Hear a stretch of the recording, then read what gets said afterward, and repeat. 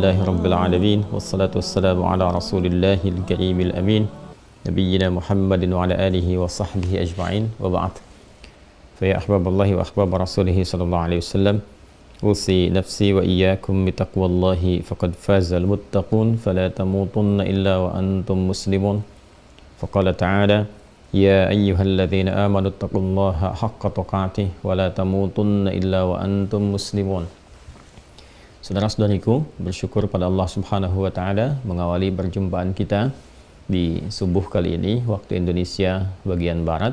Semoga pertemuan ini diridhai oleh Allah Subhanahu wa taala dan diberikan bimbingan terbaik untuk memahami seluruh tuntunan dalam syariat Islam sehingga bisa diamalkan sesuai dengan apa yang Allah dan Rasul-Nya kehendaki. Kita bermohon pada Allah Subhanahu wa taala, semoga hamba-hamba Allah yang berkehidupan sampai detik ini namun belum beriman diberikan kekuatan dalam jiwa dan lisan mereka agar mampu bersyahadat sebelum wafat dan kembali kepada Allah. Pun demikian, semoga para pelaku maksiat diberikan kekuatan dalam jiwa mereka, dibimbing untuk bertaubat, dan dengan itu dapat memperbaiki kualitas kehidupan lebih baik, dan semoga kita wafat dalam keadaan husnul khatimah. Kita akan mencoba melanjutkan kajian kita setelah mencoba ditampilkan tentang tata cara tutorial terkait dengan wudhu di pertemuan yang lalu. Sekarang kita akan mencoba menghadirkan penguatan dalil-dalil terkait dengan praktek wudhu sebelum mengantarkan pada pembahasan berikutnya, yaitu menghadap ke arah kiblat sebagai persiapan sholat dan korelasi menghadap kiblat, iqamat, serta keterkaitannya dengan wudhu. Nah, saya ingin berkenan kita kuatkan dulu dengan keterangan-keterangan yang disampaikan oleh Al-Imam Al-Bukhari dalam kitab beliau terkait dengan pembahasan wudhu ini, sehingga kita bisa lebih maksimal melakukan pemahaman dan pembelajaran terkait materi yang dimaksudkan. Langsung saja, Bismillahirrahmanirrahim. Kita akan mencoba menjadikan kitab saya Al-Bukhari sebagai sandaran yang pertama terlebih dahulu. Tentu ada kitab-kitab yang lain, tapi dalam sesi ini kita coba jadikan ini dulu yang pertama, pembahasan yang paling awal di kitab yang keempat, ya, topik yang keempat. Jadi kalau di Al-Bukhari saya menyebutkan kitab untuk menunjuk pada isinya, itu yang dimaksudkan topiknya atau tema besarnya. Ada 97 topik, 97 tema besar. Nah, setiap tema itu diberi nama dengan kitab oleh Al-Imam Al-Bukhari. Nanti subtemanya atau subtopiknya itu diberi nama dengan bab namanya, ya. Baru dari setiap bab itu ada nomor hadis dan terkait dengan subtema tertentu. Bismillahirrahmanirrahim. Yang sesuai kitabnya atau bukunya sama dengan kami, tidak ada di halaman 44, ya, halaman 44, Kitabul Wudhu, tema tentang wudhu, ya. Bismillahirrahmanirrahim. Rabi'an Kitabul Wudhu, ya. Bagian yang keempat adalah pembahasan tentang wudhu. Subtopiknya bab ma jaa fil wudhu, ya. Yang pertama adalah keterangan terkait tentang wudhu, ya, keterangan terkait tentang wudhu. Pertama, seperti setelah saya sampaikan di awal jumpa-jumpa kita, bahwa Al-Imam Al-Bukhari itu menghadirkan ayat Al-Quran terlebih dahulu sebelum masuk ke hadisnya.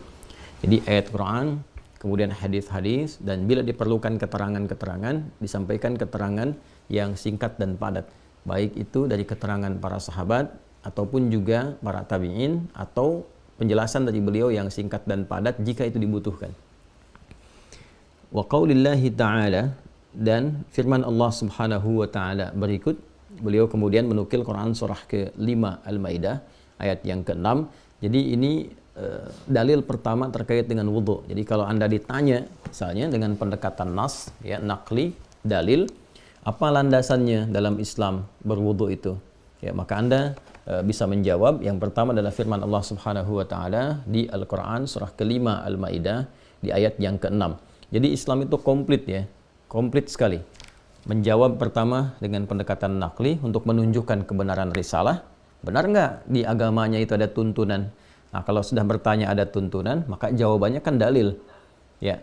Persis seperti kalau kita ingin komparasikan misalnya di setiap keyakinan, ya, Anda mengerjakan ini landasannya apa di agama Anda, gitu kan?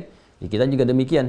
Apa landasannya kita mengerjakan wudhu? dalam Islam apa tuntunannya? Maka kita jawab yang pertama adalah perintah Allah Subhanahu wa taala, Quran surah kelima Al-Maidah di ayat yang ke-6. Jadi mengonfirmasi langsung bahwa tuntunan dalam Islam itu semuanya bersumber dari Sang Pencipta, dari Allah Subhanahu wa taala. Baik, ini bagian yang pertama. Ya ayyuhalladzina amanu idza qumtum ilas shalah faghsilu wujuhakum wa aydiyakum ilal marafiq, dan seterusnya ya sampai pada firman la'allakum tashkurun. Ini bagian yang pertama yang diketengahkan oleh Al-Imam Al-Bukhari, sehingga dengan itu unsur rohiyah, unsur rohani yang memang nutrisinya adalah nilai-nilai keagamaan, dalil-dalil, ayat-ayat itu terpenuhi. Kemudian yang kedua terkait dengan unsur akli, akal, logika ya. Nah, ini juga terjawab di dalam Islam. Ya, kenapa Anda harus berwudu? Kalau yang pertama kan, apa dalilnya, ketentuan dalam agama, dalam Islam bahwa Anda menunaikan wudu, kan? Maka Anda jawab Quran surah yang kelima, Al-Maidah ayat yang ke-6. Kemudian yang kedua, jika ada yang bertanya lagi, kenapa sih dalam Islam itu mesti berwudu? Ya, sebelum sholat mesti berwudu terlebih dahulu. Maka logika pun, akal kita pun itu terpenuhi, terjawab. Sehingga hal-hal yang disoal oleh pikiran pun itu diselesaikan dan menghasilkan ketenangan.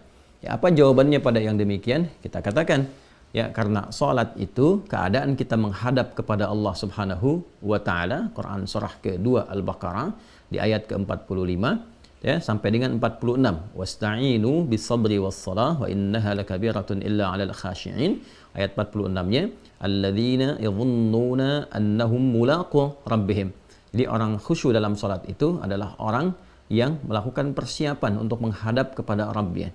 Jadi Anda katakan bahwa saat kami akan sholat itu, ya kami sedang menyiapkan diri menghadap kepada Allah, melakukan penyembahan. Ya, jadi kalau Anda saja menghadap kepada pimpinan, Anda bersih-bersih terlebih dahulu, Anda mengenakan pakaian yang terbaik, ya kan? Nah, maka ini kami akan menghadap kepada segala yang menguasai, ya segala yang menghendaki, yang menciptakan pimpinan, menciptakan semesta dan sebagainya. Maka persiapannya pun harus lebih baik dibandingkan dengan hanya sekedar bertemu atau menghadap kepada makhluk, kepada manusia. Jika kepada manusia itu hanya membersihkan yang luarnya saja, mandi, mengenakan pakaian bagus, itu kan membersihkan yang luar, disebut dengan nadhafah. Maka menghadap kepada yang maha segalanya, membersihkan luar dan dalamnya. Itu yang disebut dengan taharah. Karena itu wudu punya sifat taharah. Awas, taharah mencakup an-nadhafah, membersihkan bagian luarnya, juga al-husnu wadhiyah, membersihkan bagian dalamnya. Ini yang membedakan penghadapan kita kepada makhluk dan penghadapan kita kepada Khalik. Nah, jadi kalau logika bertanya, kenapa Anda mesti berwudu sebelum sholat? Anda bisa jawab, Anda saja kalau menghadap pimpinan, menghadap bos Anda, kan Anda bersih-bersih dulu. Apa mungkin Anda menghadap dengan keadaan wajah yang kotor, tangan yang kotor, dengan kaki yang kotor?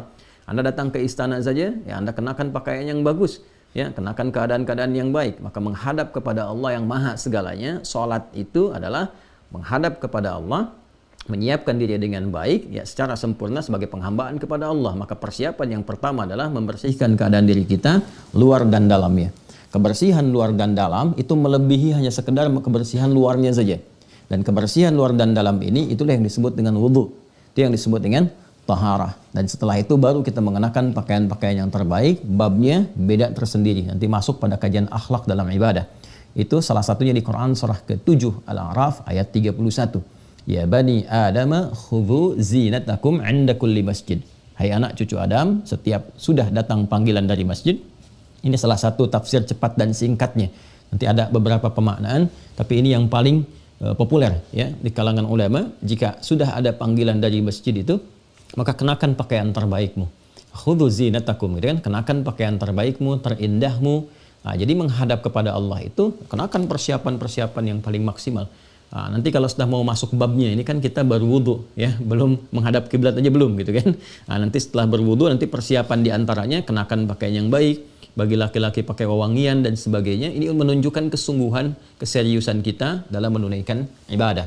Jadi unsur rohani terpenuhi dengan dalil tadi, ya kan? Jadi secara nakli kita punya dalil, ya ini yang membedakan dan ini yang menjadikan Islam istimewa. Kalau kita ingin menguatkan keyakinan kita dalam Islam, coba komparasikan salah satunya dalam konteks ibadah dengan keyakinan-keyakinan lain. Jadi kalau Anda gali, Anda pertanyakan, coba Anda mengerjakan ibadah ini, ada nggak tuntunan realnya dalam agamanya? Ya kan? Dan langsung dari Tuhannya gitu. Ya, Anda kan menyebutkan ini sedang ibadah. Ya misal gitu kan, kita ingin belajar saja, ingin belajar. Boleh nggak di-share kepada kami, gitu kan? Misalnya kita ingin coba menguatkan keyakinan kita, ada nggak tuntunan dalam keyakinannya yang langsung dari Tuhan yang mengatakan prosesnya begini, begini, hikmahnya ini, maknanya ini. Nah, di Islam kita dijawab langsung sehingga menghadirkan ketenangan ya dalam jiwa kita. Kan roh itu obatnya dalil ya. Roh itu kan obatnya ibadah. Jadi begitu kemudian bertanya, ini dalilnya, ketentuannya, bahkan diatur. Ini ayatnya, mengerjakannya begini, keterangannya seperti ini, contohnya begini. Jadi lengkap sekali dari ayat Qur'annya sampai juga ke hadisnya dan disampaikan dengan detail. Kemudian logikanya juga dijawab, ya kenapa Anda harus berwudu, tadi sudah saya sampaikan, demikian cara menjawabnya. Kalau itu sudah kita pahami, baru kemudian kepada prakteknya. Ya, ini yang menjadikan Al-Imam Al-Bukhari memberikan jawaban yang pertama dengan ayat Al-Quran untuk menempatkan di atas yang lainnya. Firman Allah Subhanahu wa Ta'ala. Jadi kita sudah lengkap ya. Ini maksud penguatan materi hari ini adalah untuk menguatkan hal-hal yang terkait dengan baik pendalilan ataupun logika yang mengiringi ya argumentasi praktikal kita. Kemarin kita sudah praktekkan wudhunya, jadi kalau ditanya kenapa begini, kenapa begitu, kita bisa jawab. Ya, dan insya Allah jawabannya lebih komprehensif karena ditunjang dengan dasar-dasar pengetahuan dengan sumber-sumber informasi yang valid. Baik, ini bagian yang pertama ayat Al-Quran. Kemudian, teruskan. Qala al-Imam al-Bukhari, qala Abu Abdullah wa bayyana an-nabiyyu sallallahu alaihi wasallam anna fardhu al-wudu'i marratan wa tawadda'a aidan marrataini wa thalathan wa lam yazid ala thalathin. Wa kariha ahlul ilmi al-israfa fihi wa an yujawizu fi'lan nabiy sallallahu alaihi wasallam. Ya. Dan menyampaikan al-Imam Abu Abdullah wa bayyana an-nabiy sallallahu alaihi wasallam, dan Nabi sallallahu alaihi wasallam ya kan kemudian menjelaskan kepada kita an fardhul wudu'i marratan bahwa penunaian wudu itu, fardunya wudu itu dapat ditunaikan sekali-sekali. Masih ingat ya, yang kemarin saya contohkan itu. Jadi mulai dari misalnya yang pokok fardhu wudu kan ada 4 itu ya, dari basuh wajah, kemudian tangan, mengusap kepala sampai kaki. Ini fardhu wudu ya. Nah, ini yang fardhu ini bisa kita tunaikan ya sekali-sekali. Nanti hadisnya dari Ibnu Abbas radhiyallahu taala anhuma saat masuk nanti ke subtopik ke-21. Ini kan kita baru pengantar yang pertama, subtopik yang pertama ya. Topik keempat, sub yang pertama. Nanti banyak sekali subtopiknya ini. Tema-temanya banyak, penguatannya. Itu indahnya dalam Islam tuh. Di setiap praktek itu dikuatkan dengan dalil. Kenapa begini? Dalilnya ini, logikanya ini. Jadi semua itu selesai gitu. Semua selesai. Ya, selama ini pernah nggak kita bertanya, ya kan? Misalnya, kenapa kumur-kumur begini? Dalilnya apa kumur-kumur? Ya kan? Nah, memang bagi awam itu selesai. Kalau kita dicontohkan, ikutin selesai. Tidak menuntut adanya dalil.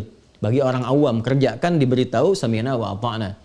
Namun bagi ingin yang memperdalam, menguatkan, yang sekiranya bisa menjadi argumentasi yang baik, baik kekuatan untuk diri ataupun menjelaskan pada orang lain, apalagi kita studinya terkurikulum, ini sangat penting untuk mengetahui itu. Ya.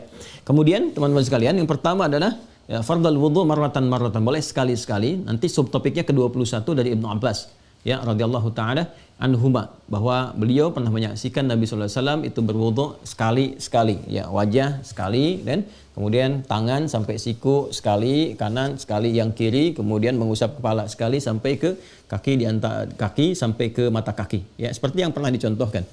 Nah, kemudian wa tawadda'a aidan marrataini, dan juga boleh 2 kali. Ya, 2 kali, ya, sekali selesai, sekali lagi gitu kan. Nah, ini nanti dari Abdullah bin Zaid ya radhiyallahu taala anhu, itu nomor subtopik yang ke-22, dan juga thalathan, 3 kali, ya, 3 kali basuhan. 3 kali basuhan ini dari hadis Utsman bin Affan radhiyallahu taala anhu. Ya, ini sangat menarik nanti hadisnya, sangat menarik sekali, apalagi bila disusul dengan salat, cara wudu yang benar itu, wudunya benar, kemudian berdoa, disusul dengan salat 2 rakaat, salat apa saja itu berpeluang mengampuni dosa-dosa yang pernah dikerjakan sampai kita menunaikan salat setelah wudu itu. Ya, makanya nanti ada ulama juga yang mengisyaratkan salat wudu, salat yang ditunaikan pasca wudu 2 rakaat, bentuknya apa saja. Ya, itu sangat menarik nanti ya, dan itu besar sekali dampaknya kepada jiwa kita dan pahalanya tinggi di hadapan Allah Subhanahu wa taala. Walam yazid ala thalathin, dan tidak lebih daripada 3. Ingat ya, seperti yang saya sampaikan, 3 itu gambaran puncak yang menutup ya segala yang dirasakan kurang. Jadi kalau basuhan pertama itu ke tangan misalnya sampai siku dirasakan ada yang kurang pas, kurang sempurna, ya, kurang terkena bagian dari airnya tersalurkan, ya, maka lanjutkan yang kedua. Ya, kalau ada dirasakan masih kurang, lanjutkan ketiga sampai rata. Ya, 3 itu gambaran dari untuk meratakan. Ya, bukan mengharuskan 3, bukan, untuk meratakan. Jadi kalau dirasakan sekali misalnya sudah rata, sudah baik, ya sudah dicukupkan. Ya, kalau belum merasa rata, belum baik, yang kedua kali. Sampai ketiga selesai. 3 itu sudah batasan maksimal. Jadi kalau ada yang menambah dari 3, itu yang terlarang. Ingat ya, nanti dalam riwayat lain ada kalimat bahkan faqad asa Abul Qasim, telah menyalahi petunjuk Rasulullah sallallahu alaihi wasallam. Karena itu wa kariha ahlul ilmi al-israfa fihi. Ya, para ulama, ya, para ahli ilmu, para ulama itu tidak menyukai berlebihan dalam berwudu, al-israfa fihi. Ya, yang seperti yang saya sampaikan, baik israf dalam airnya, penggunaan airnya, apalagi nanti dalam basuhan dan sebagainya. Itu justru tidak disukai. Jadi jangan salah kemudian memberikan tafsiran. Ya, semakin banyak misalnya jumlah basuhannya, semakin meningkat kuantitasnya, semakin baik. Tidak, justru semakin tidak bagus, semakin tidak paham ya hikmah di balik kita membasuh dengan bilangan-bilangan tertentu itu. Ya, wa an yujawizu fi'lan Nabi sallallahu alaihi wasallam, dan melampaui contoh perbuatan Nabi sallallahu alaihi wasallam, itu hal yang tidak diperkenankan. Ini bagian pengantar pembukanya. Dan yang kedua, ini akan melahirkan pengetahuan baru pada subtopik yang kedua ini, babun la tuqbalu salatun bi ghairi tuhurin. Ya, babun subtopik pembahasan la tuqbalu salatun bi ghairi tuhurin. Tidak diterimanya salat tanpa berwudu terlebih dahulu. Ya, tanpa bersuci atau berwudu terlebih dahulu. Ingat ya, yang pernah saya sampaikan, ada syarat, ada rukun, itu berbeda. Ada syarat, ada rukun. Perbuatan yang termasuk di dalam skema penunaian ibadah, termasuk di dalamnya, dan menentukan sah tidaknya ibadah itu rukun namanya. Jadi kalau masuk dalam pelaksanaannya, ya masuk dalam skema pelaksanaannya, seperti sholat misalnya dari takbir sampai dengan salam, ya maka takbir masuk bagian sholat, membuka, rukuk bagian sholat, sujud bagian sholat, ya sampai dengan salam kemudian. Nah itu yang ada di dalam penunaian sholat itu rangkaian ibadah yang termasuk di dalamnya dan menyatu di dalamnya ada, itu disebut rukun. Tapi kalau dia terpisah dari itu, ya tapi menentukan benar tidaknya ibadah itu, sah tidaknya ibadah itu, walaupun tidak langsung termasuk dari rangkaiannya. Rangkaian yang terpisah tapi akan sangat menentukan proses penunaian di balik ibadah yang dimaksudkan. Itu syarat namanya. Nah, wudu itu termasuk syarat karena bukan termasuk bagian dari rukun sholat. Ya, sholat dibuka dengan takbir, ditutup dengan salam. Rangkaiannya dibuka dari takbir. Tapi proses awalnya diikat, syaratnya diikat dengan wudu. Ya, wudu menjadi syarat sah sholat. Jadi kalau ada orang misalnya sholatnya benar dari awal sampai akhir, takbir sampai dengan salam, tapi tidak diawali dengan wudhu, maka di sini jelas sholatnya tidak sah. La tuqbalu salatun, ya, sholatnya nggak diterima oleh Allah Subhanahu Wa Taala, tidak sah kalau menunaikan sholat sengaja tanpa berwudhu. Ya, bahkan kalau menepikan wudhu bisa bermaksiat. Udah nggak usah wudhu, udah yang penting sholat saja misalnya, nah itu sudah maksiat dan berdosa dia dengan itu.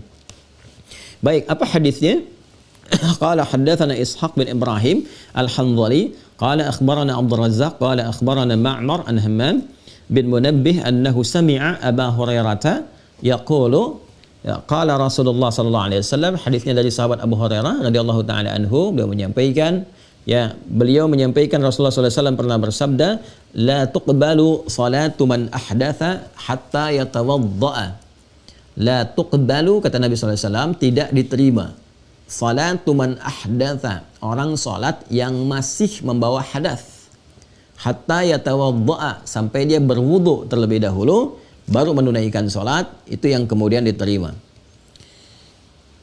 Qala rajulun min Hadramaut, kemudian seorang lelaki dari Hadramaut. Hadramaut itu di wilayah Yaman, ya, wilayah Yaman berarti teluk itu Hijaz bagian ke selatan, ya, Jazirah Arab bagian selatan, seperti yang pernah saya terangkan dulu dalam podcast, ya, dari Hijaz kemudian Tihama, kemudian Yaman naik ke atas dikit itu Hadramaut, ketemu Hadramaut, ya, sebelum nanti terus dari Hadramaut itu Yamamah nanti sampai ke Najd, dan ke atasnya nanti ada ke Oman dan seterusnya, ke atas lagi ada Irak, Persia, ada Iran, ya. Nah, itu dari Hadramaut, terkenal sekali Hadramaut ini, teman-teman sekalian.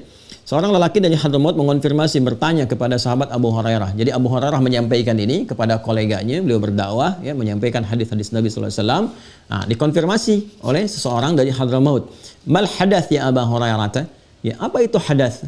Nah, ini menarik nih, teman-teman sekalian, ya. Apa itu hadath? Ya, qala, beliau menyontohkan, menjawab dengan contoh. Fusaun au dharatun. Ya, contohnya seperti kentut, itu hadas katanya. Ya, keluar angin.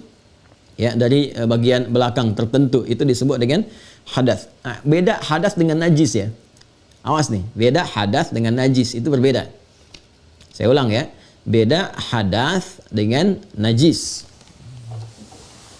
Ya, ada beberapa. Kita rinci ya, kita rinci ini. Ya. Hadas dengan najis.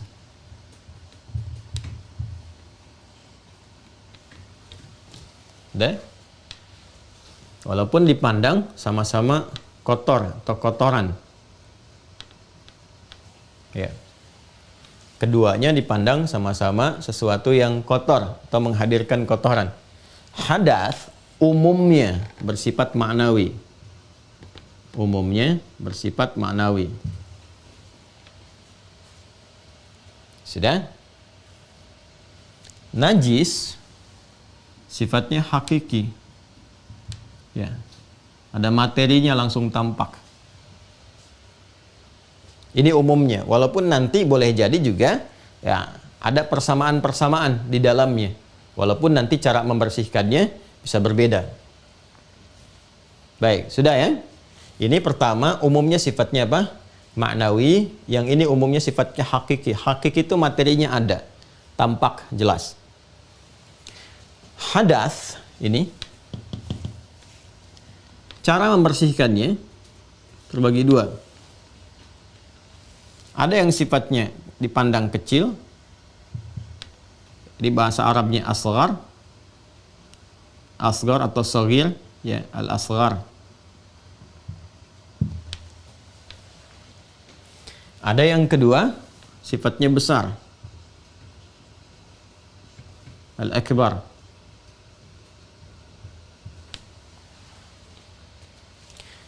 Yang kecil secara umum didefinisikan adanya sesuatu yang keluar atau suatu reaksi satu di antara dua tempat keluarnya kotoran ya di manusia. Qabulaini gitu kan? Qabulaini. Baik itu di bagian depan ataupun belakang.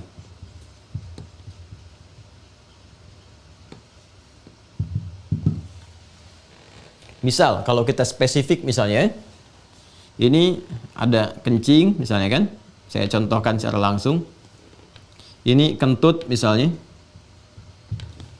baik ya, dengan segala jenisnya, baik yang terdengar ataupun tidak terdengar, kan ada yang terdengar, ada baunya, ada terdengar, tidak ada baunya, ya, ada yang tidak terdengar, ada baunya, ya, dan macam-macam. Nanti di dalam hadis pun nanti diterangkan, ya, bagaimana kondisi-kondisi saat ini.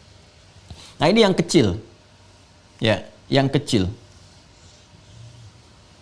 Pelan-pelan. Ada seseorang buang air kecil misalnya, dengan kencing di sini kita sebutkan. Ya, dengan kencing ini maka dipandang dia berhadas. Ini, dia berhadas. Kencingnya itu najis.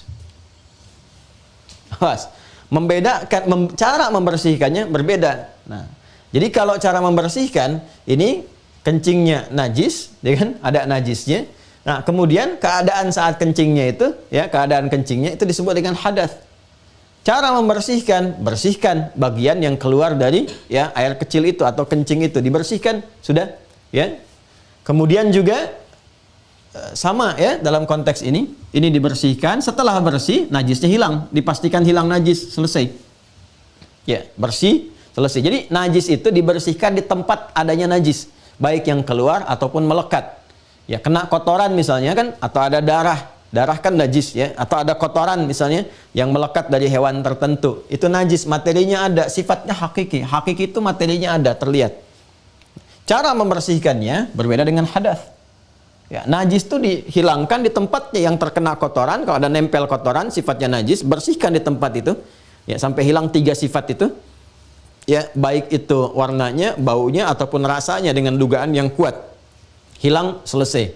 Ya, sama ini keluar dari najis tempat tertentu, maka bersihkan sampai hilang keseluruhannya, sampai bersih, terasa bersih, sudah selesai, hilang najisnya. Tapi dengan menghilangkan najis, awas hati-hati, belum tentu bisa menghilangkan hadas. Karena sifat hadas itu maknawi, bukan menghilangkan keadaan najisnya, kotorannya yang nampak, bukan. Ya, hadas itu sifatnya maknawi, hal-hal yang mengiringi ketika kotoran itu keluar. Nah, ini detailnya dalam Islam. Detailnya dalam Islam. Jadi ada yang secara fisik nampak materinya, ada yang tidak nampak secara fisiknya, tapi memengaruhi kepada keadaan diri kita. Orang yang buang air kecil setelah selesai buang air kecil, itu kan ada keadaan diri terasa di dalam dirinya, sesuatu yang berbeda kan saat sebelum dia buang air kecil. Ya, sama saat ada seseorang yang kentut, ya, begitu dia kentut misalnya, ada keadaan yang beda kan, seakan-akan memberikan suatu kesan tersendiri ya kepada keadaan dirinya. Coba rasakan nih kalau misalnya ada seseorang sedang kentut ya, begitu dia kentut kan ada pengaruh tuh kepada keadaan diri. Nah, pengaruh yang mengiringi keadaan itu terjadi itu hadas namanya. Ada sensasi tersendiri lah kalau dalam bahasa agak lebih uniknya gitu ya. Nah, itu ketika ada rasa tersendiri kepada keadaan diri kita, kepada jiwa, itu hadas namanya tuh. Ya, hadas. Beda dengan najis. Kalau najis fisiknya langsung terlihat, bendanya ada, ya, kotorannya ada. Dan kedua, cara membersihkannya. Kalau yang ini dengan menghilangkan kotorannya, udah hilangkan kotorannya aja, selesai. Tapi dengan menghilangkan kotoran itu belum tentu bisa menghilangkan hadas. Nah, untuk menghilangkan hadas ini setelah buang air kecil misalnya, ini maka lakukan wudhu. Hadas hilang dengan berwudhu sepanjang dia hadas kecil. Ya. Kalau najis, cara membersihkannya, bersihkan di tempat najis itu sampai hilang 3 sifatnya.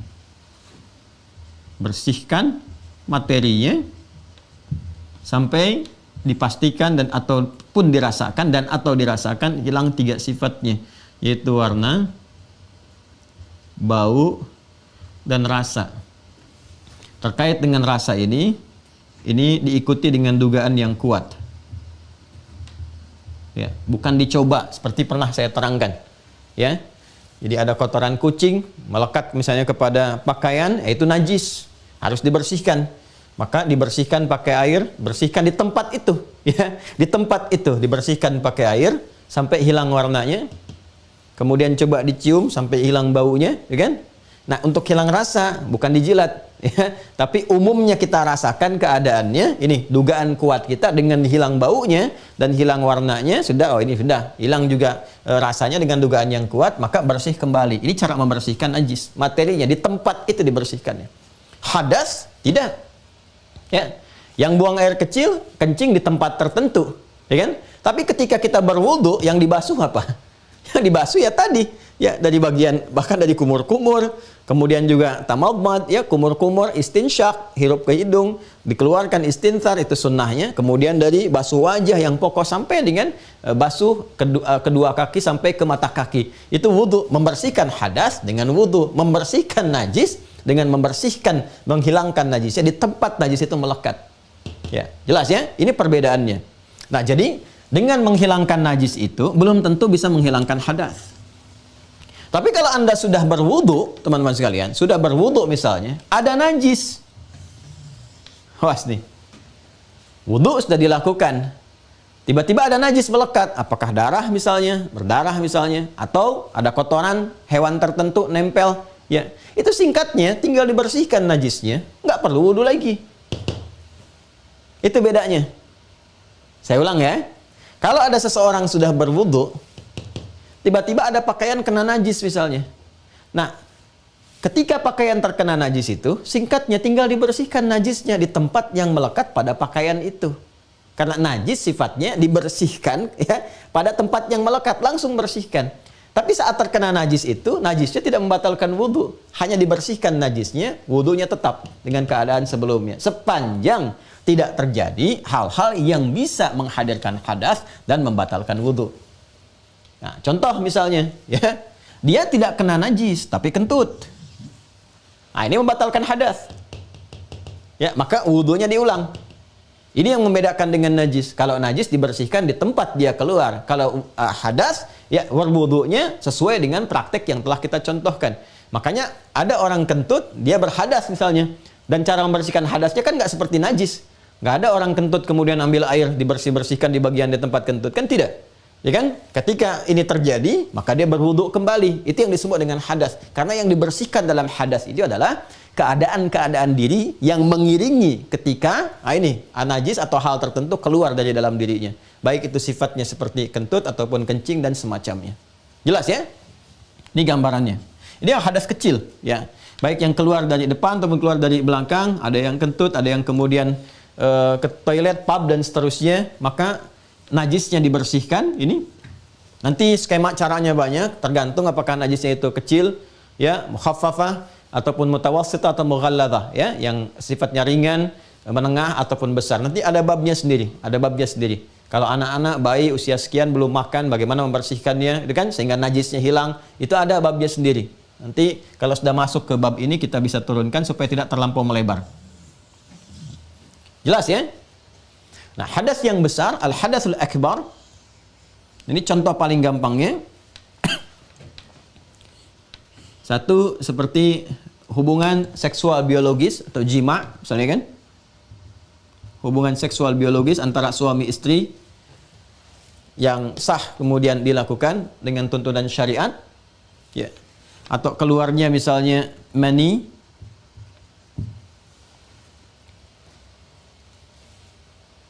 Sudah? Nah, ini cara membersihkannya, ini contoh saja, ya, contoh saja. Seseorang bermimpi misalnya, masuk masa balighnya, dalam mimpi itu melakukan hubungan seksual dan seterusnya, atau contoh-contoh tertentu yang mengeluarkan kemudian mani, misalnya, ya, beda nanti antara mani dengan madhi dan wadi, itu beda, ya, itu tidak sama. Ini sudah diketahui, penjelasannya. Teman-teman sekalian, kita lanjutkan ya. Nanti perbedaan spesifiknya kalau kita turunkan juga boleh. Ada mani, ada madhi, ada wadi, itu beda. Ya. Kalau mani cairan yang keluar, ya, yang menghadirkan spermatozoa misalnya untuk laki-laki atau bagian tertentu dari perempuan, ya kan? Kemudian ketika keluar dari segi bau, dari segi warna juga punya ciri khas tertentu dan biasanya didahului oleh proses-proses seperti ini. Ya, baik itu jima antara laki-laki perempuan, hubungan seksual, ya, dan sah. Ya, saya harus penting tegaskan kalimat ini, yang sah dilakukan dalam syariat dahului oleh pernikahan. Kemudian atau yang kedua, teman-teman sekalian, maaf ya, ini penguat ini untuk menghilangkan kesan-kesan zina macam-macam dan turunannya. Walaupun setiap yang mengeluarkan mani itu, ya, itu mewajibkan nanti dia bersuci, mewajibkan bersuci. Tapi harus saya tekankan dengan kalimat yang benar supaya orang-orang yang menyatakan dirinya muslim tidak terjebak dalam perbuatan dosa-dosa besar. Ya. Atau yang kedua keadaannya adalah ketika bermimpi misalnya, ya, bermimpinya mendekat atau tercitrakan suasana seperti ini, jima menunjukkan masa-masa baligh, ya, masa-masa sudah mulai keadaannya balik sampai pada usia tertentu yang pemahaman, penalaran itu sudah dipandang menguat sehingga taklif berlaku pada dirinya, ya. Itu mani. Kalau madhi, ya, ada kaitan erat dengan mani, ya, dalam proses keluarnya itu, tapi bukan didahului oleh perbuatan-perbuatan seperti tadi. Ya, misalnya kesan yang tampak setelah adanya hubungan seksual, ada teringat sesuatu sehingga mengeluarkan cairan dan cairannya berbeda dengan yang mani, ya. Dari sifat lengketnya, bentuknya, baunya dan sebagainya itu berbeda. Itu madhi namanya. Ya, madhi. Ya, kalau wadi itu cairan yang lebih rendah daripada ini. Ya, lebih rendah daripada ini.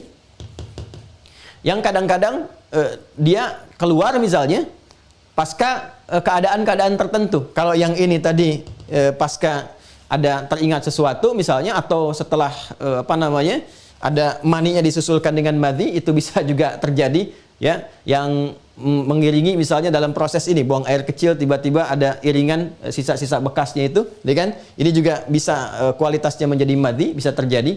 Tapi umumnya itu selalu dicitrakan dengan kadang-kadang teringat prosesi keadaan-keadaan setelah berjima atau ada hubungan seksualitas, terus kemudian masih tersisa cairan itu ada, itu disebut dengan madhi. Ya, sepanjang nanti bentuk dan sifatnya tidak sama dengan mani. Ya. Kalau ini, yang ini bisa keadaan macam-macam.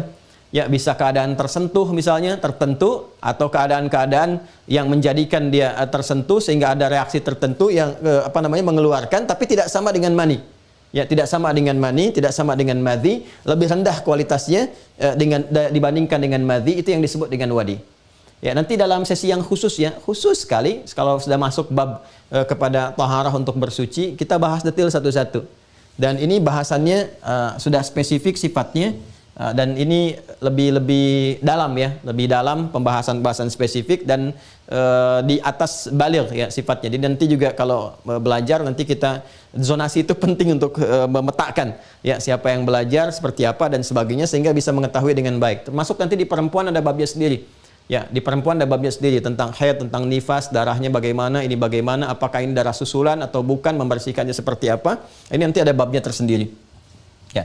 Ya, yang penting bagi saya adalah saat ini menerangkan keselarasan dengan materi kita wudhu. Ya, kalau yang ini nanti jima misalnya dengan keluarnya mani, bagi perempuan nanti bisa haid, ya, atau nifas. Ya. Darah yang keluar saat haid itu najis. Ya. Tapi perempuan yang sedang haid itu ada suasana-suasana tersendiri yang terasakan beda nanti keadaannya. Ya, secara psikologis juga beda rasanya, keadaannya dengan saat dia suci, bukan dalam keadaan haid. Nah, keadaan yang mengiringi saat haid itu hadas besar. Ya, karena itu diselesaikannya begitu selesai, ya, darahnya dibersihkan, dari najisnya dihilangkan, selesai, gitu kan? Nah, proses untuk menghilangkan hadasnya itu disebut dengan ini al-ghuslu namanya, mandi besar, mandinya mandi besar dengan proses cara tertentu dan sebagian pernah saya contohkan dalam video ya di kesempatan-kesempatan yang lalu. Ini gambarannya. Jelas ya, termasuk dengan nifas, ini hadasnya hadas besar. Kemudian yang kita kaitkan dengan wudhu, yang dimaksud hadasnya hadas kecil. Ya. Jelas ya? Paham ya? Jadi kalau hadas, cara menyelesaikannya dengan wudhu bukan membasuh atau menghilangkan di tempat terjadinya peristiwa atau melekatnya najis. Sedangkan najis dibersihkannya tepat di tempat keadaan najis itu berada. Bersihkan sampai hilang dengan 3 sifat utamanya, najis hilang. Karena itulah kalau seseorang kentut dia mengeluarkan hadas misalnya, bukan dibasuh dengan sifat najis, ya, tapi dihilangkan hadasnya dengan keadaan wudhu. Jelas ya, supaya mengerti ya antara najis dengan hadas itu berbeda. Karena saya lihat kemarin ketika saya menerangkan tentang praktikal wudhu, ada yang bertanya, Ustadz, menurut pendapat saya, nah ini sudah salah juga pembukanya. Karena beragama itu bukan dengan pendapat, beragama itu dengan dalil. Ya, menurut pendapat saya, airnya dialirkan aja supaya ya najis itu kan bisa hilang, melekat gitu kan. Nah, ini kita sedang berwudu. Sedang berwudu, kalau ada najis ya dibersihkan aja, bukan dengan wudu. Ya, bukan dengan wudu. Cara membersihkan najis dengan berhadas itu berbeda. Kalau Anda merasakan ada najis itu ya dibersihkannya dengan menghilangkan di tempat yang melekat, hilangkan. Ya, sedangkan berwudu itu menghilangkan hadas, bukan menghilangkan najis secara fisikal yang ada. Jelas ya? Nah, ini yang saya maksudkan. Jadi ikutin aja dalilnya seperti apa, diikutin karena ada hikmah di balik itu. Ya, dan kalau kita mau detail lagi di riset nanti dengan keilmuan yang lebih dalam lagi, kita bisa membedakan keadaan hadas materinya terlihat, najis materinya terlihat secara fisikal, sedangkan hadas keadaan itu dirasakan. Yang dirasakan itu nggak bisa kelihatan. Saya tanya pada Anda, bahagia itu bentuknya bagaimana sih? Sedih itu gimana wujudnya? Ya, yang Anda bisa lihat ekspresinya begini, ekspresi begini. Nah, itu adalah gambaran pancaran dari keadaan bahagia ataupun sedih. Ekspresi orang kentut tuh kelihatan. Jadi begitu dia kentut, ekspresinya kelihatan. Apalagi kalau di kumpulan orang-orang kan. Nah, itu ya pancaran keadaan dirinya. Nah, itu yang diselesaikan dengan wudhu. Dia punya hadas, selesaikan dengan wudhu. Ya, kalau najis tampak ini bersihkan keadaannya biasa. Itu kalau mau riset lebih dalam lagi. Jadi saya sarankan kalau sudah ada ketentuan dalam syariat, diikutin dulu. Nah, nanti saat diikuti hikmah datang membimbing kita, oh ini maksudnya. Gak usah terlalu kreatif gitu ya. Inovasi, kreativitas pada hal-hal yang telah ditetapkan oleh syariat itu nggak berlaku hukumnya. Ya, jadi jangan mengadu pendapat dengan dalil. Ya, pendapat diikutkan kepada dalil. Karena itu para ulama berpendapat pun berdasarkan dalil. Dalilnya begini, baru dikeluarkan pendapat. Jadi bukan pendapat yang tidak menyatu kepada dalil. Jelas ya? Nah, ini tentang yang kedua ya. Jadi la tuqbalu salatu man ahdatsa hatta yatawaddaa. Tidak diterima salat orang yang punya hadas ya sampai dia kemudian berwudu ya. Baik, kita teruskan ya. Ini juga ada di hadis Muslim nanti nomor hadis 225, hal terkait sesuai dengan pembahasan. Teruskan kemudian bab fadlil wudu wal ghurul muhajjaluna min atharil wudu. Ini pernah saya bacakan hadisnya. Ini terkait hikmah. Nah, makanya dalam Islam itu teman-teman sekalian lengkap sekali. Anda kalau nanti didapati keterangan yang saya sampaikan ini kan sedang dikodifikasikan, dibukukan ya, supaya mudah nanti kita mengaksesnya juga. Jadi Islam itu dari segi cara, makna sampai hikmah ada. Terjawab semua. Jadi akal kita yang menelusuri, ingin mencari juga tercerahkan, jiwa kita tercerahkan, fisik kita juga diberikan penjelasan. Ya, tercerahkan semua, dapat semua bagian-bagiannya.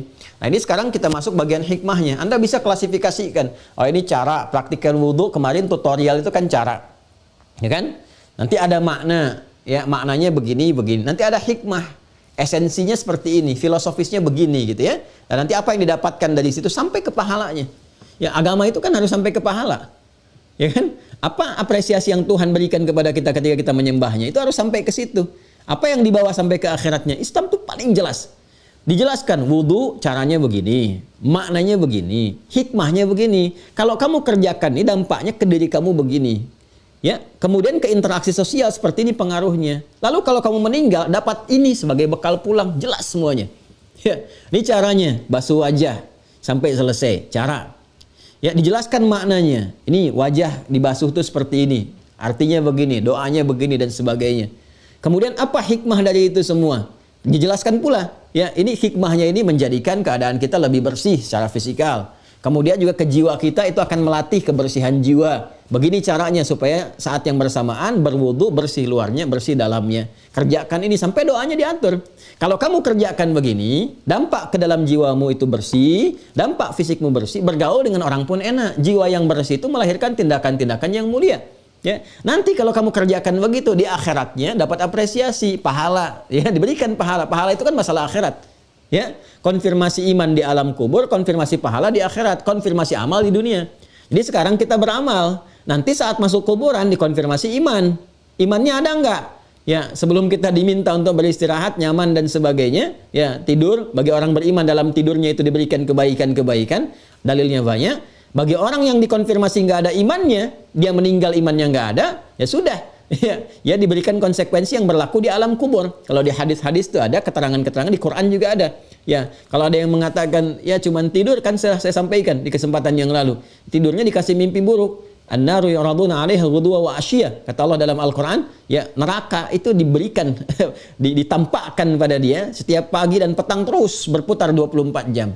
Ya, Anda kan saya katakan kemarin, ada orang mimpi ketemu kuntilanak aja kan pengen cepat bangun. Nah, ini mimpi melihat neraka, ditempatkan neraka terus 24 jam. Itu kan siksa yang paling pedih di situ. Na'udzubillahi min dzalik. Ya. Nah, itu gambaran keadaan bagaimana seseorang mendapatkan konfirmasi di setiap alamnya. Di akhirat nanti, wudu pun dikonfirmasi, itu indahnya Islam.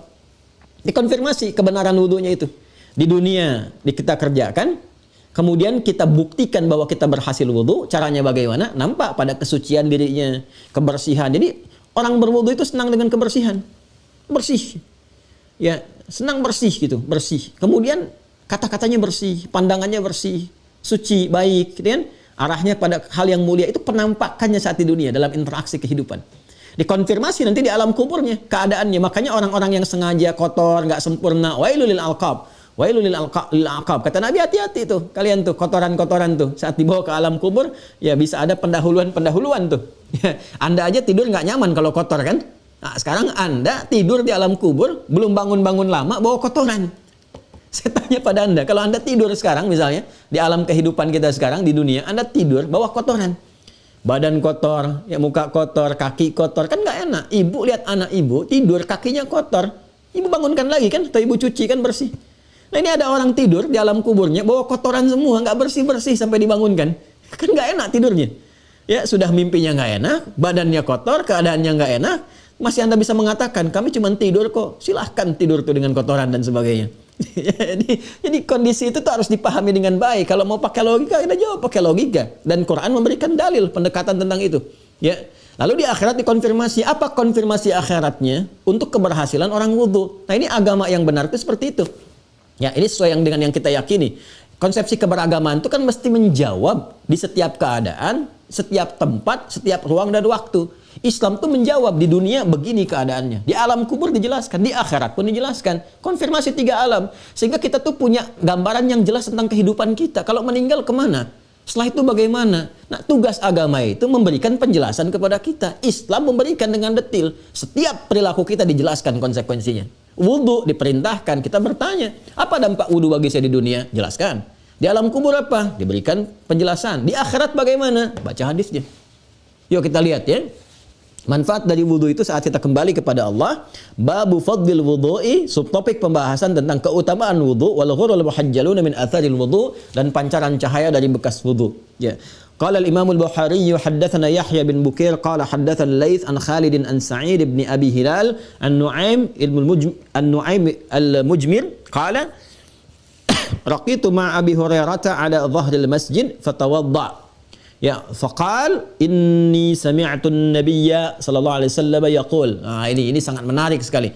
Satu kali ya, Nu'aim al-Mujmir ya itu menyampaikan bahwa beliau berkesempatan dengan sahabat Abu Hurairah, semasa dengan sahabat Abu Hurairah radhiyallahu taala anhu melakukan wudu ya di satu masjid. Jadi begitu sedang berwudu itu, ya selesai wudunya, mereka selesai wudunya. Nah, Abu Hurairah itu menyampaikan informasi. Ini Masya Allah, ini sahabat itu senang sedekah ya. Sedekah dengan apa yang dimiliki. Kalau ada ilmu, ya sedekah dengan ilmu. Ada harta, sedekah dengan harta. Ya kan? Ada kedudukan, sedekah dengan kebijakan-kebijakan yang baik. Sedekah itu berbuat baik. Kullu ma'rufin itu sedekah. Ya, kullu ma'rufin sedekah. Semua kebaikan itu disebut sedekah. Ya, sedekah itu dari kata sedekah, asal kata kerjanya ya sesuatu yang benar. Ya, disebut dengan sedekah perbuatan baik itu karena mengonfirmasi kebenaran iman. Jadi kalau orang ada iman dalam dirinya, kan iman itu ada di jiwa takwa, seperti pernah saya uraikan, jiwa takwa mengeluarkan kebaikan. Untuk mengonfirmasi kebaikan itu bersumber dari imannya, wujudnya adalah dalam bentuk perbuatan. Karena itu setiap perbuatan kita seringkali didahului dengan kata iman, ya, dengan kata iman. Kullil mu'minina, iman dulu, ya ghuddu min absarihim, ya ayyuhalladzina amanu, iman dulu, la yasraq qaumin qaum.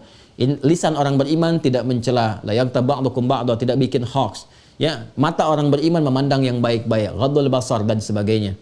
Nah, ini yang paling menarik. Kalau kita ingin gambarkan keadaan-keadaan yang sesuai dengan apa yang ingin kita sampaikan tadi, ya begitu kemudian dia selesai berwudu, ya tuntas, ada yang disampaikan oleh sahabat Abu Hurairah kepada rekannya tadi, ya untuk membuktikan konfirmasi kebenaran iman dalam jiwa dia bersedekah. Dengan apa? Dengan ilmunya. Nah, sedekah itu perbuatan baik, itu mengonfirmasi kebenaran iman. Ya, makanya kalau dititipkan apapun, kita pandai-pandai melihat. Titipkan kedudukan, jabatan misalnya, sedekah dengan jabatan itu. Maksudnya apa? Sedekah dalam Islam itu bukan hanya berbuat baik, tapi mengonfirmasi kebenaran iman. Jadi imannya menunjukkan, mengarahkan kepada dia untuk membuat kebijakan yang menyejahterakan misalnya. Ya, kebijakan-kebijakan yang memuliakan atas dorongan imannya. Bukan sekedar harus berbuat baik. Bukan karena naturalnya, karena itu mesti baik. Bukan, tapi karena iman memerintahkan. Nah, kalau itu dilakukan, ada nilai pahalanya, disebut dengan hasanah namanya. Pun demikian ketika dengan harta, bagi ada namanya infak, namanya zakat, itu mengonfirmasi kebenaran iman. Karena mengonfirmasi kebenaran iman disebut sedekah. Semakin banyak pahalanya, biasanya dijamakkan, baik dalam Al-Quran ataupun hadis. Zakat kenapa disebut dengan sedekah bentuknya jamak? Ya, bentuknya jamak. Khudh min amwalihim sedekah, itu tunggal ketika diambil, tapi ketika diberikan bentuknya jamak. Quran surah 9 At-Taubah ayat 60.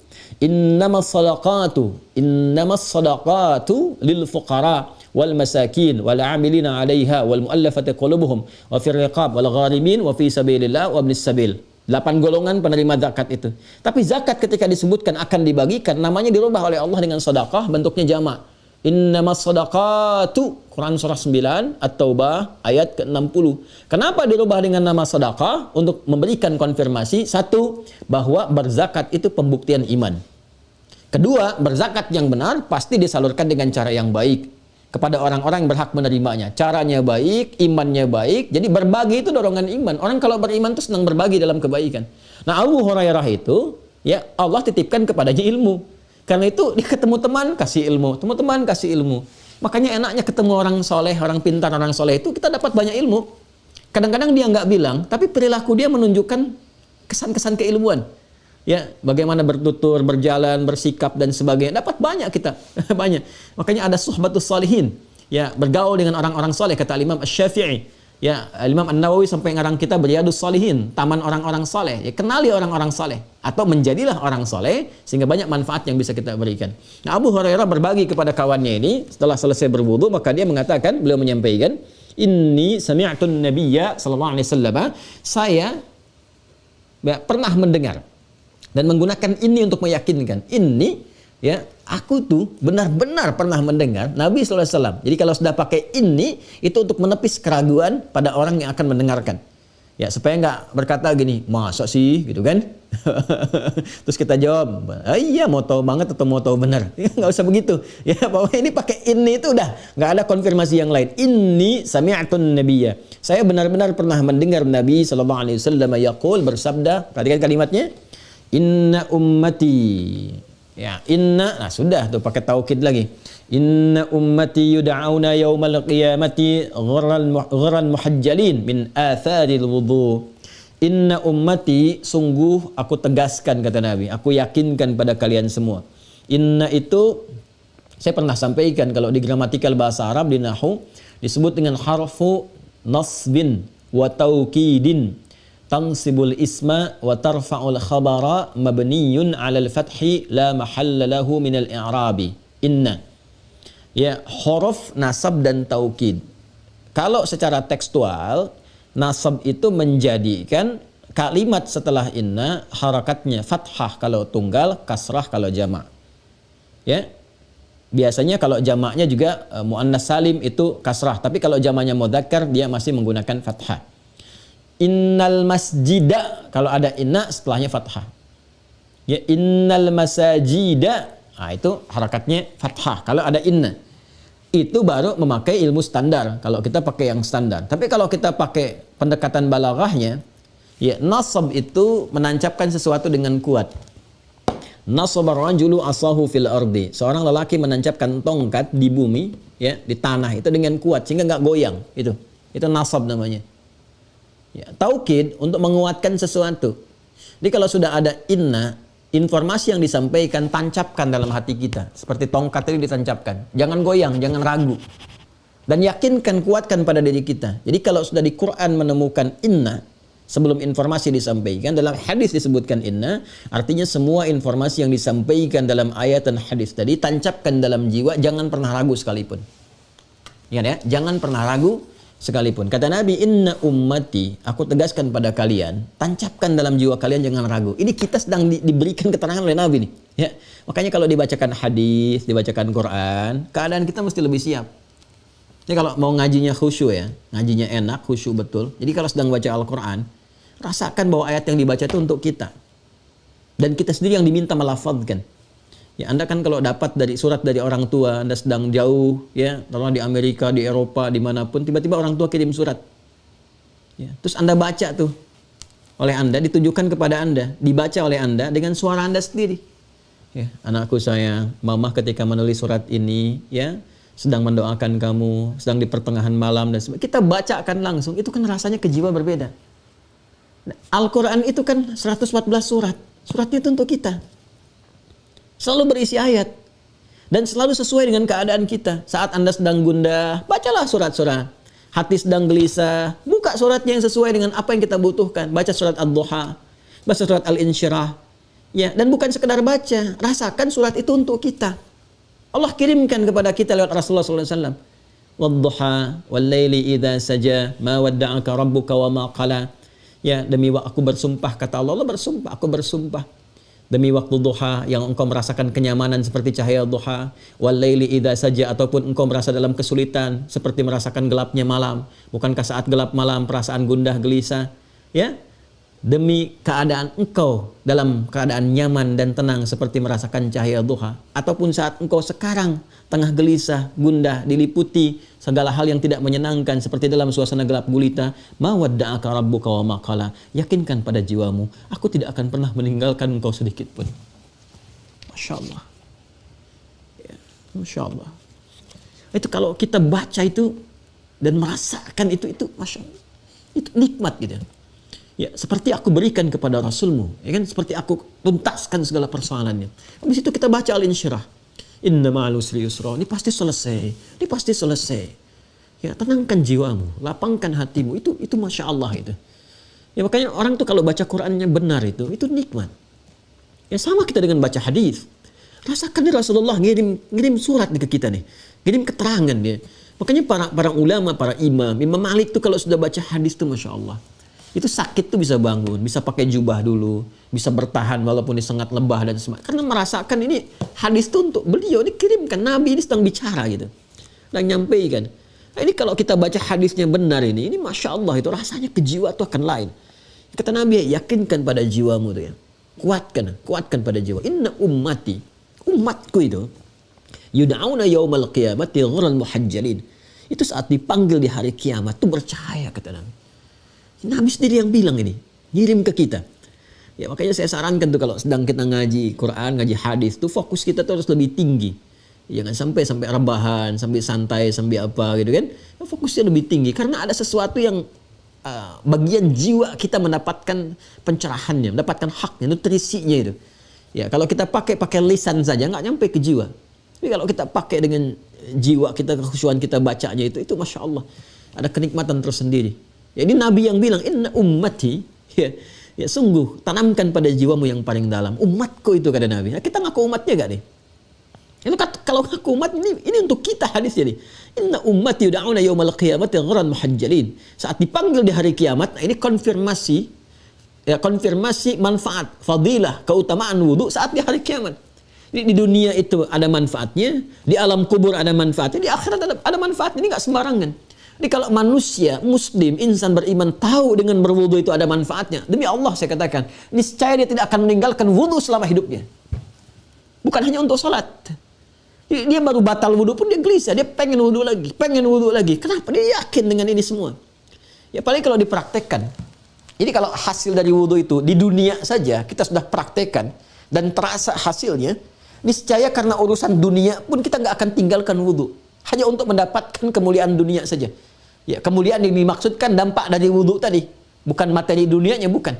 Ya, kenikmatan ketika jujur, kenikmatan ketika berprasangka baik, kenikmatan ketika memandang yang baik-baik. Itu hasil dari wudu. Kalau orang sadar wudu itu menyempurnakan nikmat, waliyutimma ni'matahu 'alaikum la'allakum tashkurun, dia gak akan tinggalkan wudu. Ya, apalagi ketika Nabi mengatakan kamu di hari kiamat bersinar ya, kita akan berlomba. Jangan sampai kehilangan sinarnya. Ya, itu umat Nabi Muhammad, ingat kita tuh sudah berlalu 15 abad setelah masa Nabi. Banyak orang berkompetisi untuk bisa ya mendapatkan ya senyumnya Rasulullah, berjumpa, disambut di telaga Kautsar itu. Ya, kemudian dapat syafaatnya Rasulullah di surga, bahkan ada yang bercita-cita pengen sesurga dengan Nabi. Sekarang bertanya apa amalannya? Ya, wudu ini diantara kemuliaannya mengonfirmasi adalah inna ummati yud'auna yaumal qiyamati ghurran muhajjalin. Sungguh umatku itu tanamkan pada jiwamu yang paling dalam, jangan sampai ragu sedikit pun. Akan dipanggil di hari kiamat saat hisab itu dipanggil nada munadi, ya. Dipanggil oleh penyeru, datang semuanya. Yauma idzin yattabi'una ad-da'iya la iwajalah.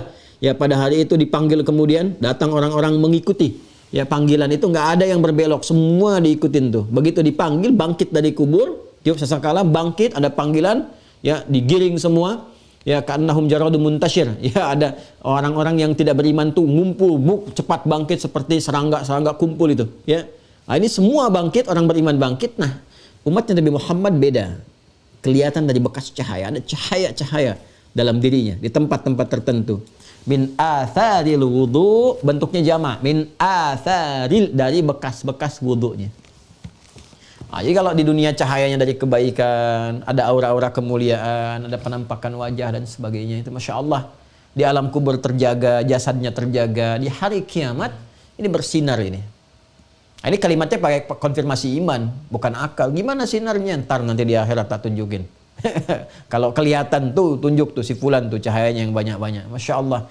Ya Anda pun kita kalau kita benar wudunya, cahaya itu akan nampak. Ya, hari akhir kan nggak kelihatan sekarang. Ya, nanti waktunya tiba. Yang penting kerjain aja dulu. Ya, nanti pembuktiannya siapa yang tertawa, siapa yang merana. Ya, siapa yang wajahnya menghitam, siapa yang wajahnya bersinar. Nanti akan terlihat. Di dunia nggak ada masalah. Banyak orang mencela, menertawakan dan sebagainya. Nanti di hari kiamat tuh ayatnya sudah ada. Nanti kalau sudah masuk ngaji tafsir, juz amma aja dulu. Kita akan melihat bagaimana penguatan jiwa dalam Al-Quran. Ya min atharil wudu, dari bekas-bekas wudunya, faman istata'a minkum an yutila ghurratahu falyaf'al. Maka siapa yang mampu memanjangkan sinarnya, cahayanya, menguatkan cahayanya sejak dia berada di dunia, maka cepat kerjakan. Nah, ini memahami bagian terakhir ini macam-macam. Ya, macam-macam. Tapi kalau saya lebih cenderung kepada pemahaman yang menurut kita masuk ke semua lininya, baik ke logikanya masuk, ke dalilnya masuk, ke praktikalnya masuk. Memanjangkan cahaya yang dimaksudkan, menyempurnakan wudu. Maksud menyempurnakan itu membiasakan wudu. Ya, jadi ketika berwudu batal wudu lagi, batal wudu lagi. Itu yang dimaksud memanjangkan cahaya, menguatkan cahayanya. Karena ada yang memaknai memperbanyak cahaya itu ya menyempurnakan, menambah sampai 3 kali, tambah sampai 3 kali. Itu boleh-boleh saja. Tapi kalau dikaitkan dengan makna secara fikih, 3 kali itu adalah kalau sekiranya secara fisikal belum terbasuh sempurna keseluruhannya. Ya, belum terbasuh secara keseluruhan dengan sempurna, itu secara fikihnya. Ya, jadi kalau kita ingin sempurnakan sampai semua selesai. Tapi kalau 1 kali 2 kali selesai pun, karena Nabi pernah contohkan, itu sempurna juga secara fikihnya. Ya, tapi kalau dorongan kita ingin semua, saya tidak ingin ragu sama sekali, pokoknya pengen 3 kali, nah itu termasuk bagian menyempurnakan. Dan cahaya juga sempurna. Tapi konfirmasi cahaya itu melekat kepada pembuktian juga yang terlihat saat di dunia. Jadi kalau wudunya bagus, perilaku tangan bagus, wajah bagus, telinga bagus, itu yang menjadikan bercahaya. Nah, semakin orang banyak menyempurnakan wudu, kan kalau orang nggak mau batal wudu, itu pasti akan berdampak pada perilaku. Batal nih wudu, ya kan? Makanya ada beberapa ulama yang ketat, ya, bahkan disebut orang bohong pun tuh batal wudunya tuh. Ya, jadi ketika berdusta, yang dusta itu berpengaruh pada keadaan jiwa, muncul hadas itu pada ulama-ulama yang ketat tuh. Ya, makanya kalau sedang nyogok, mahasiswa nyontek atau apa dan sebagainya, kan ada pengaruh kepada diri, muncul hadas tuh. Itu kalau pada ulama yang ketat suruh berwudu, batal tuh wudu katanya. Ya, pada kondisi-kondisi non fisikal yang nampak terlihat. Nah, ini kalau terbiasa baik dari hasil wudunya itu mengeluarkan pancaran cahaya yang kuat, terasa saat di dunia sehingga dia tidak pernah meninggalkan wudu, pengen wudu lagi, pengen wudu lagi. Nah, itu yang menambah kekuatan cahaya saat di hari kiamat. Ini ya, ini gambarannya. Baik, ini hadis yang ketiga. Selanjutnya, nah ini mengonfirmasi hadas tadi, persoalan-persoalan apa namanya? Yang menarik. Ini sebab menarik nih. Sebab yang keempat. Bismillahirrahmanirrahim. Babun man la yatawadda'u minasyakki hatta yastayqina. Ya, bab subtopik man la yatawadda' minasyakki, ya, anjuran bagi seseorang untuk tidak langsung memperbaiki wudu ketika ragu. Ketika dia ragu, hatta yastayqina, sampai dia yakin masih punya wudu atau tidak. Nah, ini menarik nih. Admin ini sudah pernah di-scan belum ya? Yang ini, halaman 44. Sudah. Teman-teman sudah ya. Tolong di download ya. Yang di Mira ya, sudah terdaftar. Teman-teman yang baru terhubung di YouTube, silakan bergabung. Itu tinggal 300 kuotanya. Kalau sudah selesai, mungkin akhir bulan selesai, ini akan ditutup. Jadi nanti kajian pun itu akan hanya tersambung lewat Zoom untuk yang Mira. Ya, supaya bisa efektif yang sudah bergabung. Nanti yang umum kita masuk pada kajian umum. Ada umum tapi pembahasan berbeda. Ya, supaya nanti saya pengen benar-benar belajarnya itu terukur, diketahui benar, kajiannya cukup dalam, dan kalau begini umum nggak bisa terukur, tapi nanti bisa diakses juga nanti hasil belajar mungkin dengan batasan-batasan tertentu. Ya, karena kalau sudah terkumpul semua, ini kan sekarang kadang musim orang motong-motong video gitu kan. Nah, dipotong itu kadang-kadang pada yang tidak tepat sehingga bikin pusing juga gitu. Akhirnya yang biasa-biasanya utuh nggak ada masalah, ini harus klarifikasi, ini itu ya, jadi persoalan sekarang. Makanya harus betul-betul kita menjaga diri dengan cara yang baik. Tapi kalau kita baik, insya Allah tidak ada masalah. Ya. Kembali ke sini ya, kembali ke sini. Nah, ini pembahasannya melahirkan kaidah dalam usul fikih. Al-yaqinu la yuzalu bisyakki. Ya, sungguh keyakinan itu tidak akan diruntuhkan oleh keraguan. Bahasa singkatnya, kalau sedang ragu, ambil yang paling yakin. Ya, untuk memastikan. Untuk memastikan. Tapi dalam kaidah hadas, ada kaidahnya. Tidak ujuk-ujuk saya yakin wudu, udah pertahankan, tidak. Ya, ada kaidah di sini. Ya, jadi kata Nabi sallallahu alaihi wasallam, kalau kamu dalam keadaan tidak yakin, sedang ragu apakah punya wudu atau tidak, pastikan dulu.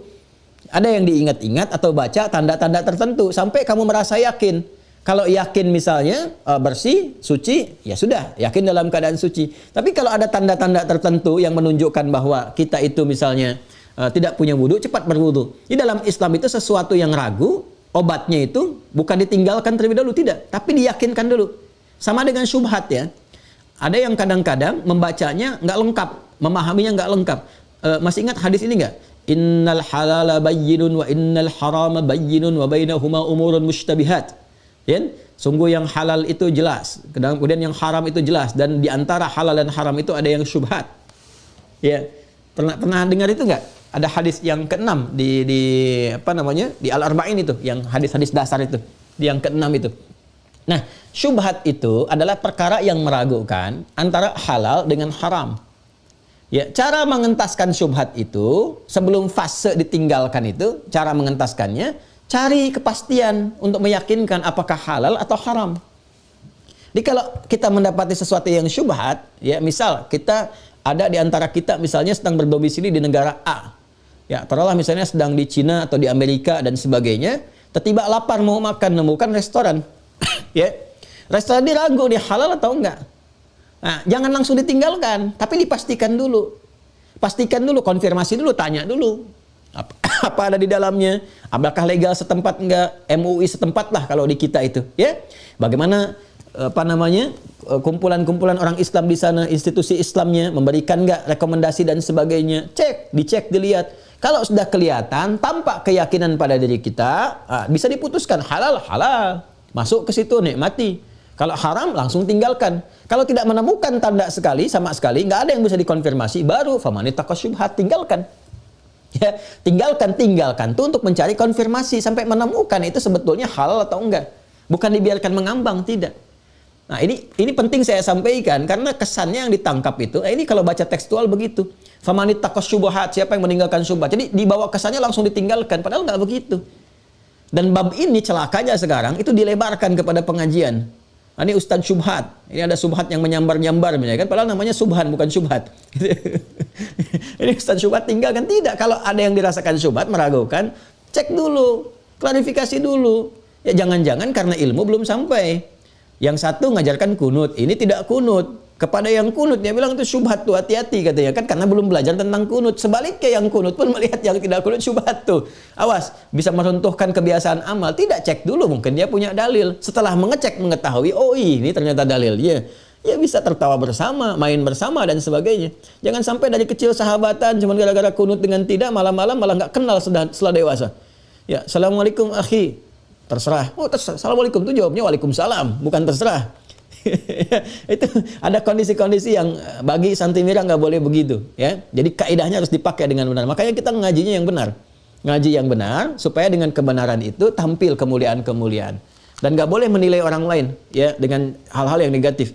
Ini pun nih yang lagi nulis komen ini itu nggak boleh tuh komen-komen yang jelek. Oh itu pasti kelompok sebelah. Enggak, saya nggak punya sebelah-sebelah. Bagi saya utuh semuanya. Semua saudara saya, kawan saya, kan sepanjang dia beriman, dengan yang belum beriman pun.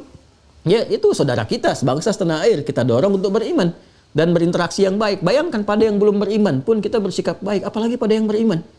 Ya, kalau hidup seperti itu enak, nggak ada beban gitu. Ya, tapi kita memberikan contoh-contoh dengan cara yang baik, tidak mencela, tidak merendahkan, meruntuhkan martabat, tapi memberikan penjelasan. Perkara penjelasan itu mau diambil atau tidak, kita tidak boleh memaksa. Ini persilahkan. Kalau hidup begitu nyaman, nggak ada beban, nggak ada tekanan. Ya, hanya orang yang banyak gaya yang tertekan dalam hidupnya. Itu dalam fisika kan begitu. F sama dengan P. Hukum gaya berbanding lurus dengan pressure. Itu kan hukum Pascalnya kan begitu. Gaya berbanding lurus dengan tekanan. Orang yang banyak gaya semakin tertekan hidupnya. Ya, dengan materi bergaya tertekan, hilang materi muncul tekanan. Dengan ilmu banyak bergaya, senang mendebat, senang nantangin orang, nanti begitu kemudian tidak ada jadi tekanan dan sebagainya.